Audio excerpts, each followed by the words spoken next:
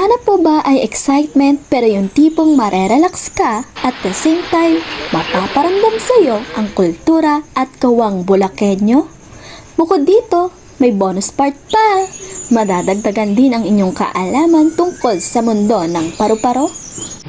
Kaya samahan niyo akong dayuhin ang Pulilan Butterfly Haven and Resort na matatagpuan dito sa Pulilan, Bulacan. Kaya tara!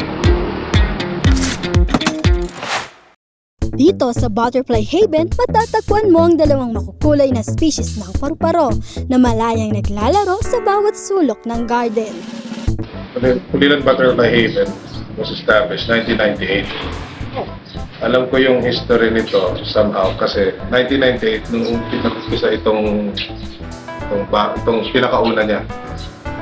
It expanded kasi ang daming pumupunta during that time. Nag-evolve siya hanggang sa may nagdadagdagan ng resort sa likod. My mom has ideas, kami nag-i-implement po. Ang Pulilan Butterfly Haven and Resort ay hindi lang kilala sa kanilang iba't ibang species ng paru-paro, kundi matatagpuan din dito ang kanilang ipinagmamalaking butterfly-inspired pool para sa mga taong mahilig magtampisaw.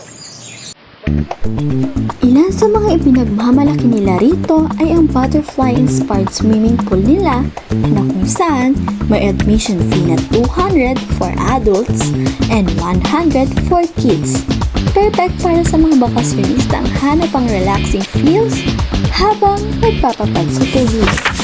Punta naman tayo sa museum na kung saan tampok ang likhang Bulakenyo, ang Bulacan Doll Museum na matatagpuan dito lang din sa loob ng Pulilan Butterfly Haven and Resort.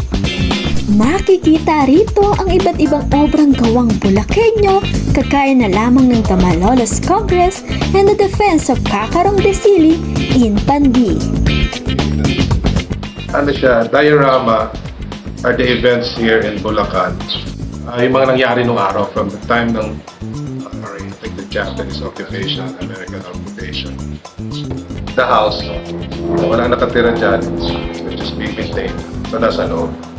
Ready ba sa paglilibot natin sa mundo ng paru-paro? Kapag tuklas natin sa mga gawang sining ng Bulakenyo, kaya't muli, samahan niyo ako para sa susunod nating episode dito lang yan sa Overturn. Featuring Tata Bulacan!